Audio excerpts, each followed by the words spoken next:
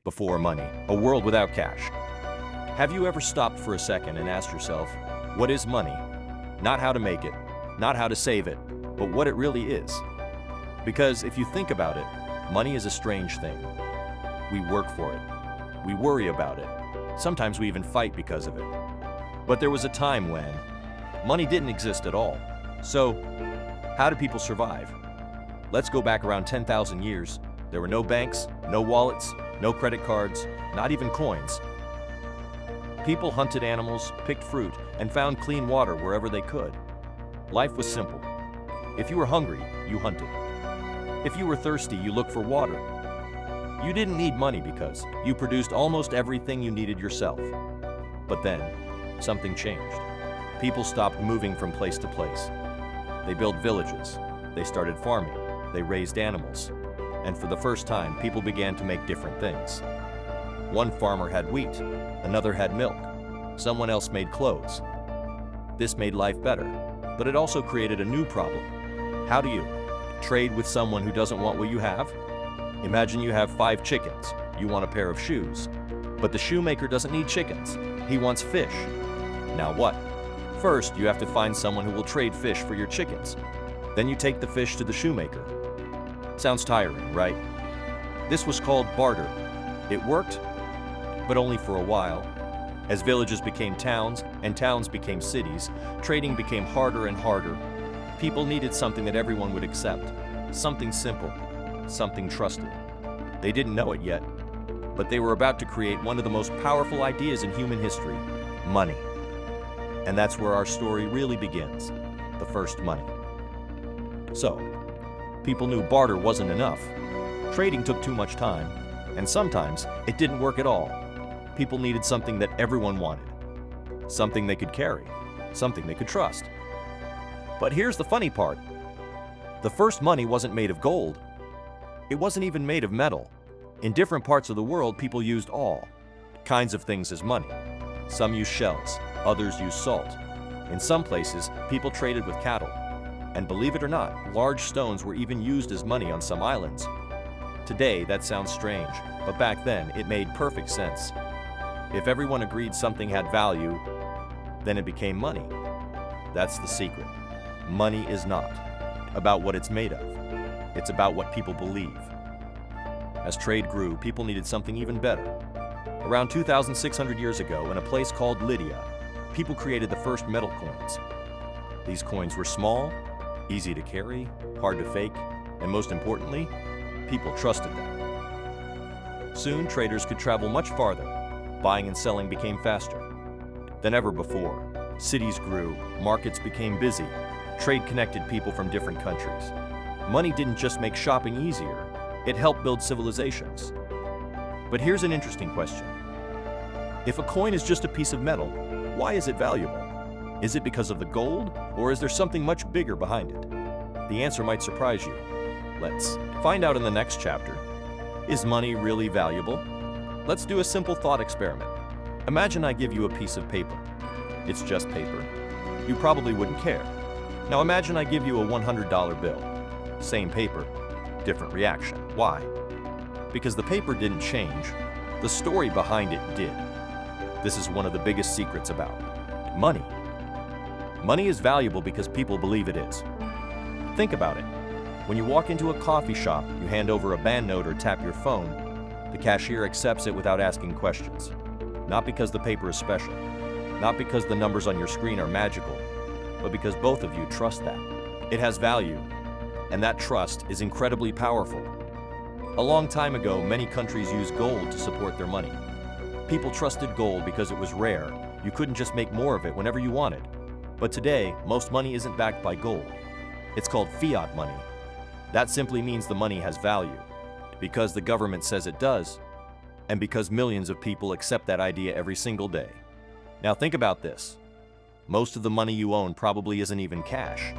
It's just numbers in a bank account. You can't hold those numbers in your hand, you can't smell them, you can't touch them, yet you trust.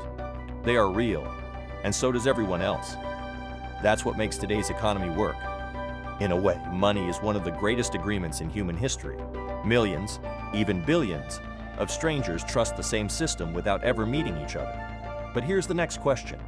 If money is built on trust, what happens when that trust starts to disappear?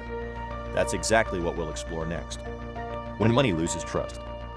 So, what happens when people stop believing in money? The answer is simple.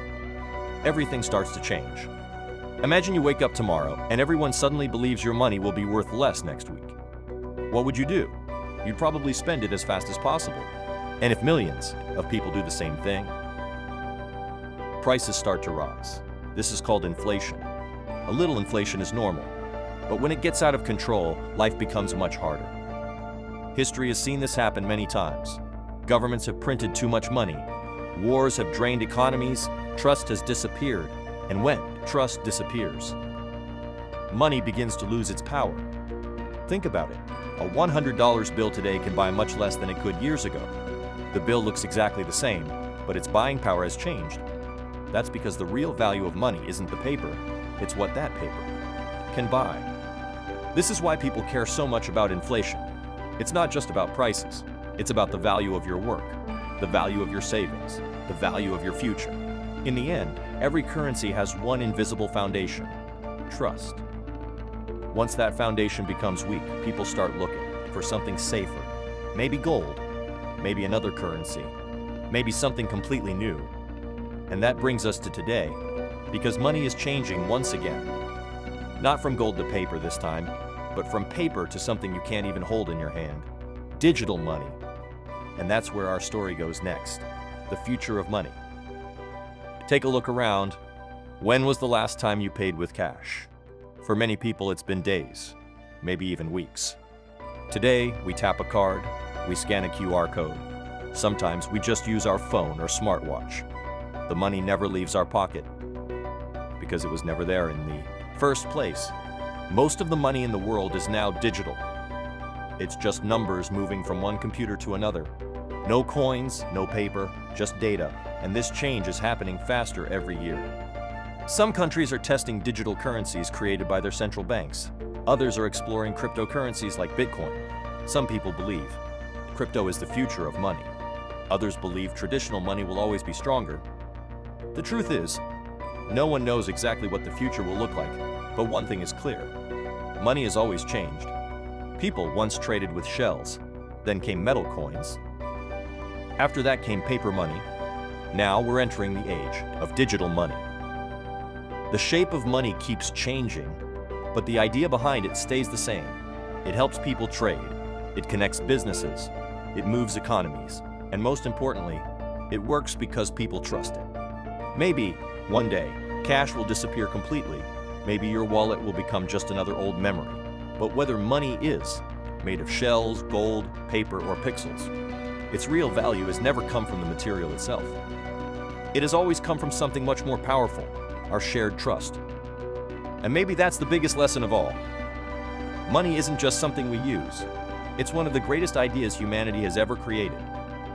So, what is money? We've come a long way, from hunting for food, to trading chickens, from gold coins, to invisible numbers on a screen. Money has changed many times, but one question has been with us from the very beginning. What is money, really? Is it paper? No. Is it gold? Not exactly. Is it the number you see in your bank account? Not really. Money is something much bigger. It's a tool, a promise, a shared belief between billions of people who will probably never meet each other. Think about it. Every morning, millions of people wake up and go to work. Not because they want pieces of paper, but because they believe those pieces of paper, or those digital numbers, can be exchanged for food, a home, education, or a better future. Without that trust, money is just paper, or just metal, or just numbers on a screen. Throughout history, kingdoms have risen, empires have fallen, currencies have come and gone. But one thing has always remained the same. People need a way to trust each other, and that's exactly what money makes possible. So, is money power? Sometimes, yes. It can open doors, it can create opportunities, it can even shape countries. But money by itself has no power. Its power comes from people, from workers, from farmers, from teachers, from engineers, from business owners, from every person who creates something valuable and trusts this system enough to use it. Maybe that's the biggest surprise of all. Money didn't build civilization. People did. Money was simply the tool that helped them build it faster. So the next time you hold a coin or tap your phone to pay, remember this. You're not just using money. You're taking part in one of the greatest ideas in human history. A story that began thousands of years ago and one that is still being written today. So the next time you hold a coin or tap your phone to pay, remember this. You're not just using money. You're taking part in one of the greatest ideas in human history. A story that began thousands of years ago and one that is still being written today. If you enjoyed this journey through the history of money, don't forget to leave a like and subscribe to the channel. It really helps us create more stories like this and share them with people around the world. And if there's another topic you'd like us to explore, let us know in the comments. Thanks for watching, and I'll see you in the next story.